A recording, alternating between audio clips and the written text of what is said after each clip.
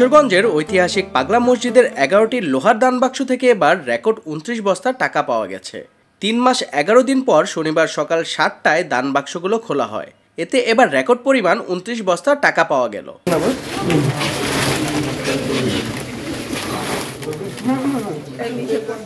এ সময় মসজিদ ব্যবস্থাপনা কমিটির সদস্য এবং মসজিদ কমপ্লেক্সে অবস্থিত মাদ্রাসা ও এতিমখানার শিক্ষক শিক্ষার্থী সহ প্রায় ৪০০ জনের একটি দল টাকা গণনার কাজে অংশ নিয়েছেন।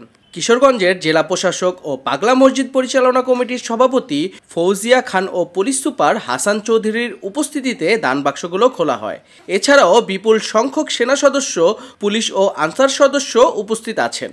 টাকা গণনায় তদারকি করছেন অতিরিক্ত জেলা প্রশাসক রুবেল মাহমুদ, অতিরিক্ত জেলা ম্যাজিস্ট্রেট মিজাবের রহমত, রূপালী ব্যাংকের সহকারী ব্যবস্থাপক রফিকুল ইসলাম সহ মসজিদে ব্যবস্থাপনা কমিটির সদস্যরা।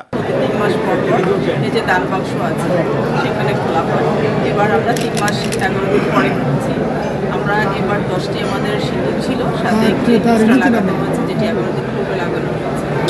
আমাদের এই টাকাগুলো ব্যাংকেই থাকে, রূপালী ব্যাংকে জমা থাকে। আজকেও আমরা সকাল 7টায় এই সিঁদুরগুলো আপনাদের সবার উপস্থিতিতে খুলেছি এবং এখান থেকে যে অর্থটি আসে বিগত দিনের ন্যায় জটিল কঠিন রোগে যারা আক্রান্ত আছেন, ব্যাটারি আছে, তাদের অনুদান হিসেবে দেওয়া হবে। এবং এই এখানে 130 জন এতিম শিশু মাদ্রাসায় থাকে, তাদের খরচও এখান থেকে আসে। সাথে এই মসজিদের যে পরিচালন যে খাতটি আছে সেটিও এখান থেকে আসে।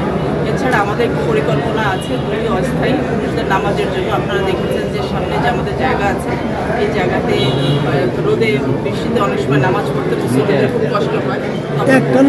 একটি শেড এবং মহিলাদের জন্য একটি শেডের জন্য প্রস্তুত করেছি। এখান থেকে টাকা পাওয়ার পরে আমরা সেই কাজটি করব। এর আগে সর্বশেষ ১৭ আগস্ট পাগলা মসজিদের ৯টি দানবাক্স খোলা হয়েছিল। তখন রেকর্ড ৭,২২,১৩,০৪৬ টাকা পাওয়া যায়। এছাড়াও দানবাক্সে বিপুল পরিমাণ বৈদেশিক মুদ্রা ও স্বর্ণালংকার পাওয়া যায়। মসজিদের দান থেকে পাওয়া এসব অর্থ সংশ্লিষ্ট মসজিদ সহ জেলার বিভিন্ন মসজিদ, মাদ্রাসা ও এতিমখানার পাশাপাশি বিভিন্ন সমাজ কল্যাণমূলক কাজে ব্যয় হয়। এছাড়া করোনাকালে রোগীদের সেবায় নিয়োজিত শহীদ সৈয়দ নজরুল ইসলাম মেডিকেল কলেজ হাসপাতালের ৮০ জন স্বেচ্ছাসেবককেও অনুদান দেওয়া হয়েছিল এ দানের টাকা থেকে।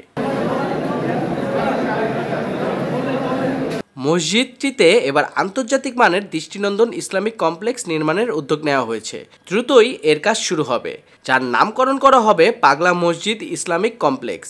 এটি নির্মাণে প্রাথমিক ব্যয় ধরা হয়েছে ১১৫ কোটি টাকা।